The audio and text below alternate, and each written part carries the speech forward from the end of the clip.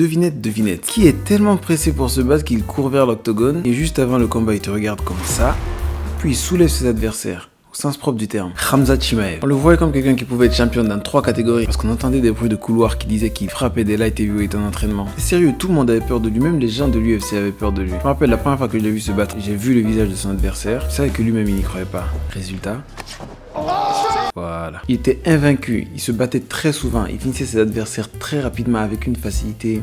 Vraiment, c'était trop. Et les moments où il se battait pas, c'est parce que personne ne voulait l'affronter en fait. Et tu vois des interviews où il était triste en mode personne ne veut se battre contre moi, je suis trop fort. Et oui, avec tout ce star power, l'UFC a naturellement envie que ce soit lui le champion de la catégorie, tu vois. Ils peuvent pas le faire se battre directement pour le titre, il y a des étapes dans ce jeu. Et ce week-end, Khamzat Chimaev va affronter Robert Whittaker. Je vous ai déjà parlé de Robert Whittaker dans une vidéo. Pour moi, Robert Whittaker, c'est le meilleur combattant du monde. Je veux rien entendre. Je sais que quelque part dans mon cœur, je suis australien, donc je suis connecté avec lui. Et d'habitude, quand on organise un combat de Khamzat et une personne, c'est en mode on te piège, on te met contre Khamzat pour que tu te fasses éclater. Whittaker, vous savez ce qu'il dit? Vous voulez que ce soit lui le champion? Ok, pas de problème, amenez-le. Comme vous savez, Whittaker, c'est un ancien champion, il a battu tout le monde. Sauf Easy, parce que stylistiquement, c'est pas forcément à son avantage. Et DDP. Et justement, c'est la revanche qu'il cherche. Parce que après sa défaite contre lui, DDP a été champion. Et la pleine personne était en mode non, peut-être c'est la fin de Whittaker. Vous avez craqué, vous. Il allait se battre contre Paulo Costa dans un combat de fou malade. Puis ils ont organisé le combat contre Khamzat Chimaev pendant que Strickland est sur le coin à attendre. Et Dana White, bizarre d'ailleurs qu'ils disent que le prochain pour le titre ce soit Strickland, alors que le dernier adversaire que Strickland a battu, c'était Costa, qui s'était fait battre juste avant par Whittaker. Il a le petit avantage du fait que son combat contre DDP soit serré avant, mais Whittaker a gagné d'une manière plus impressionnante contre Costa. Costa qui était sur une dynamique positive en plus. Et c'est pas tout. Le combat avait été organisé en juin, mais malheureusement pour des raisons de santé, Khamzat a dû annuler. D'ailleurs, ça c'est un truc récurrent chez Khamzat. Il annule souvent ses combats, il se bat jamais. Tout ce que j'ai dit sur lui là, ça c'était il y a bien longtemps. Ça fait 2 ans que vraiment sa carrière ralentit de fou malade. Et c'est frustrant de fou. Et quand le combat était annulé, toute la carte tournait autour de ce combat. Il y avait que ce combat là qui nous intéressait majoritairement. Que lui aussi était dans la panade. Sauf qu'ils ont trouvé un remplacement. Ikram Aliskerov, un ancien adversaire de Khamzat qui d'après les gens avait fait un combat plutôt serré contre Khamzat. D'ailleurs à part ça me fait chier les personnes qui disent que le combat était serré. Le combat était pas serré. J'ai regardé le combat, il s'est fait mettre KO. Juste je me suis fait mettre KO après 3 minutes, donc j'ai fait une belle performance. Non, on t'a frappé, ok? Bref, mais Aliskerov était considéré comme un gars très dangereux. Il est un gars très dangereux, mais le problème c'est qu'il était même pas dans le top 15. Il n'est toujours pas dans le top 15 d'ailleurs. Du coup, vous imaginez un gars même pas dans le top 15, affronter le numéro 3 directement, je sais pas, Whittaker numéro combien, mais affronter un top 5 directement. On est d'accord, ça n'a pas de sens, surtout pour Whittaker, s'il perd le combat. On est tous en mode, oh, mais c'était une fraude, un mec même pas dans le top 15 l'a battu. Et s'il gagne, plein de personnes auraient été en mode, on s'en fout, le mec n'est même pas dans le top 15, normal que tu gagnes. Alors que non, Aliskerov est vraiment très dangereux malgré tout ce que j'ai dit là, tu vois. Et Whittaker a prouvé que oui, ils n'ont pas le même niveau. Et moi je suis persuadé que si Khamzat s'était présenté ce jour-là, ça aurait été lui à la place de Aliskerov. Pas seulement ça aurait été lui dans la cage, mais ça aurait été lui qui aurait été mis KO. J'ai trop dit aurait été, mais t'as compris ce que je veux dire. Et vous avez vu, là, Whittaker a pris un risque de fou malade en acceptant le combat. Et malgré ça, juste après le combat, il dit, vous savez quoi, ramenez Khamzat. Et moi j'étais en mode, wesh, là tu as pris un pas d'avance sur Strickland. Tu peux te dire, ok, moi aussi je veux me battre pour le titre directement.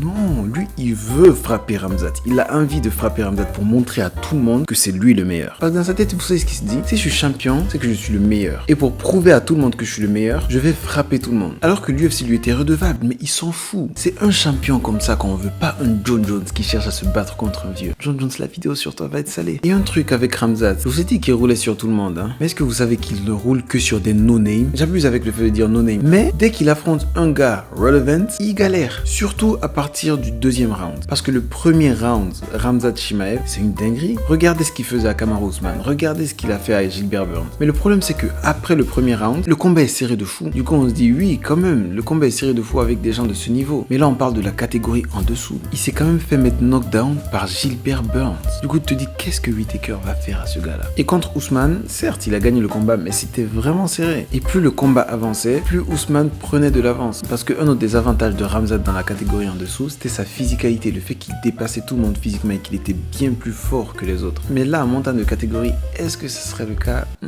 Question. Il s'agit là d'un point important dans ce combat, parce qu'on a vu que techniquement, c'est pas facile de prendre Whittaker, voire impossible. C'est le meilleur combattant du monde. Le seul moyen de l'avoir, c'est de le brutaliser, comme DDP a fait. De ramener une physicalité qu'il pourra pas gérer malgré toutes les techniques qu'il a dans son arsenal. Arsenal, comment je parle bien, c'est une dinguerie. J'ai l'impression que malgré ça, même une personne physique comme Khamzat ou comme DDP ne pourra pas gérer le Whittaker d'aujourd'hui, parce que Whittaker d'aujourd'hui est un Whittaker prime. Il a appris de sa défaite contre DDP. Du coup, je pense qu'il est encore plus fort qu'il l'était avant. Surtout que je pense qu'il le sous-estime un peu quand même. Soyons honnêtes. Écoutez-moi bien, j'ai des pronostics de merde à chaque fois. C'est du niveau des paris de Drake carrément. Et malgré tout, je vais continuer de dire ce que je pense. Il est vrai que j'ai peur du premier round de Khamzat. C'est la vérité. Mais ce combat-là se passe sur 5 rounds. Et Whittaker est au courant de ça. Je suis persuadé que mon fellow australien va briser l'invincibilité de Khamzat Chimaev et qu'il va redevenir champion en 2025. Donc, victoire de Robert Whittaker par KO au 3e round. J'ai dit 3e mais j'ai fait 4. J'ai le dessin qui veut me dire 4e round. Ok, par KO au 4e round. Voilà, merci d'avoir regardé la vidéo. Je sais qu'elle vous a plu, du coup mettez un like. Abonnez-vous si ce n'est pas déjà fait. Partagez, prêchez ma parole autour du monde. Dites à tout le monde que Robert Whittaker va gagner. Et on se retrouve très bientôt pour la vidéo sur le main event. La carte de ce samedi est légendaire. Ouais. Salut!